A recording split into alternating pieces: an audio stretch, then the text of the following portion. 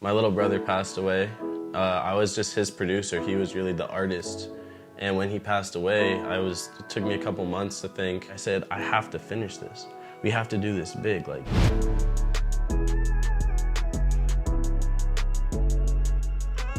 MTStreets, I'm 22 years old. I'm a hip hop and pop artist. Came back one day from a movie. We were at a Disney movie. I was probably like 10 years old, and I had sat down on the piano and played the song from the movie. My dad picked up on it real quick and he was like, yo, you've got something with music. Stick with this. Moved to LA, started going to school out here.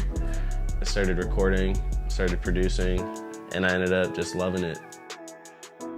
I'm in trouble and I'm trying to get so far away. I'm seeing double and I never need a reason to say, ooh, yeah, yeah, yeah, yeah, yeah. I got it screaming, ooh, yeah, yeah, yeah, yeah, yeah. Since I've been in LA, I've had every year I've been here, my roommate dies. I've been moving on my own, it's on tonight.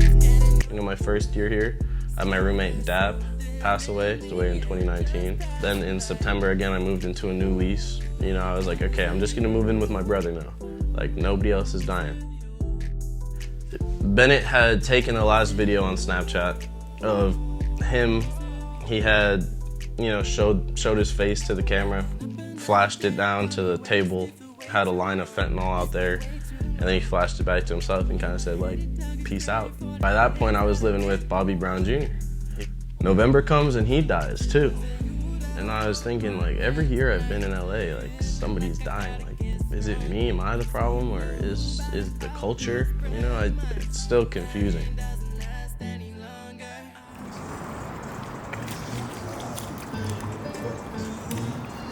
Hey, this is MTStreets and this is how I jump in a pool.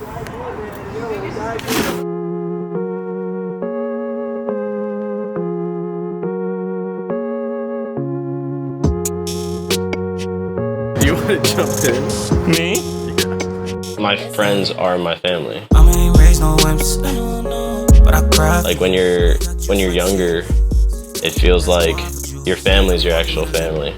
And as you go through this middle stage of life, your friends become your family. I've been trying to focus on living and enjoying the moment. I've been trying to not be so anxious about life. Hey, what time is it? Yeah, I fuck with that one. All right. Yeah. No, there's a couple things. Hold up. Right at those last two bars that we just recorded. But then, like, the ending part, you know? Like, Yeah. you gotta just redo the ending. Yeah. It's just a couple yes. It's like...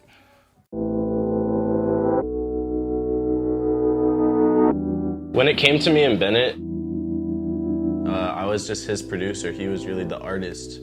And when he passed away, it took me a couple months to think, what can I do to honor his legacy? And then I thought about it for a couple months. I said, NBF, you know, that's something that he started.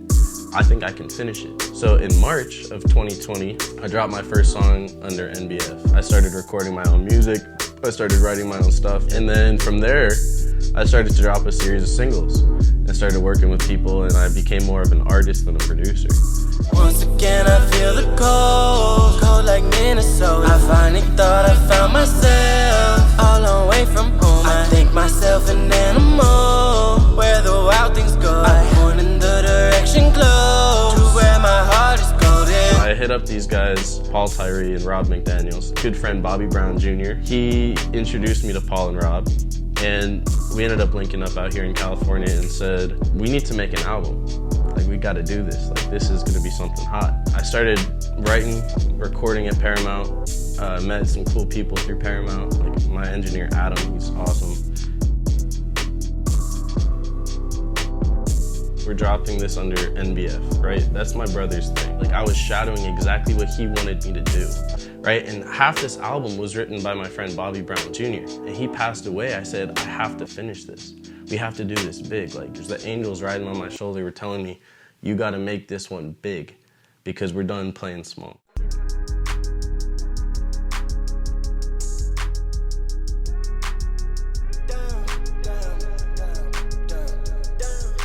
I want to be able to share because I think it's something that other people will need to hear.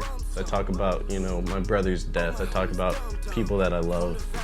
And I know other people are going through it too, Some of the stuff I'm talking about is me being addicted to drugs and me trying to overcome that. And I hope that certain people out there just know that they're not alone. People who have dealt with a lot of death, people that have dealt with addiction, that it is possible to get through it. Like, you don't have to stay sad. Like, it's okay to be happy, and it's gonna be okay. I'll play you like an anime. My heart's so cold like Minnesota, watered down like Minute Maid.